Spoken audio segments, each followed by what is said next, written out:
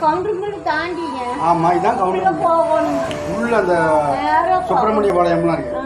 கேள்விபுதூர் bus போகணும். இங்கேம்மா சாமி பணம் தராங்கன்னு சொல்லி பேசுனாங்க. சொல்லி ஏமாந்து வந்துட்டானாட்டி இல்லை. எங்க தரேன்னு சொன்னாங்களா? சுற்றுப்பாட்டில் தர்றாங்க, பள்ளிக்கூட்டத்தில் தர்றாங்கன்னு சொன்னாங்க சாமி. நேரத்துல வந்துட்டு அது இன்னும் பணம் வருது இல்லாமா. அப்புறம் அவங்க சொன்னாங்க கையில் கிடக்காரு. வந்தாங்கன்னா நான் அந்த அம்மாவை கொண்டு வந்து வீட்டில் கொடுத்துக்கணும், நீங்க வராதம்மா அப்படின்னாங்க. அதனால வந்துட்டுங்க. தடமே தெரிய மாட்டேங்குது சாமி, எப்படி வந்து தடம் தெரிய மாட்டேங்குது. அங்க இதுக்கு போறது சுப்பிரமணிய பாளையத்துக்கு என்னென்ன தானே உங்களுக்கு வீடு? கவுண்டர் மில்லு உள்ள தானே போறீங்க? இந்த வழியில் நினைச்சிட்டேன். அந்த பக்கம் போறதுக்கு இந்த பக்கம் வந்துட்டீங்க.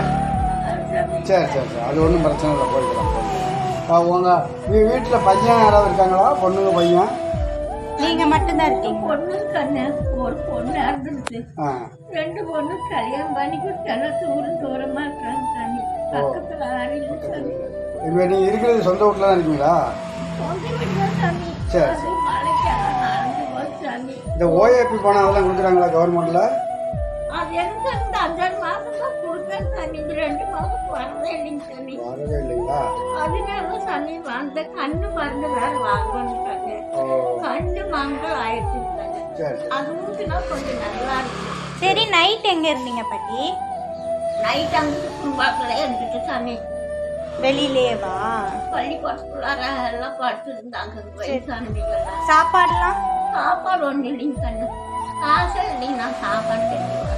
சரி, பையில என்ன தண்ணியாவது வச்சிருக்கீங்களா? பையில கொஞ்சம் அரிசி இருக்கு சாமி.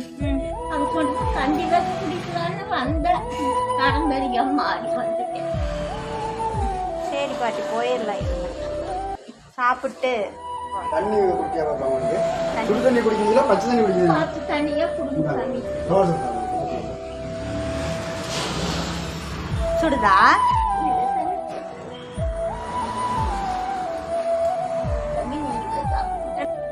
சாப்பிடுங்க. நாங்க சாப்பிட்டு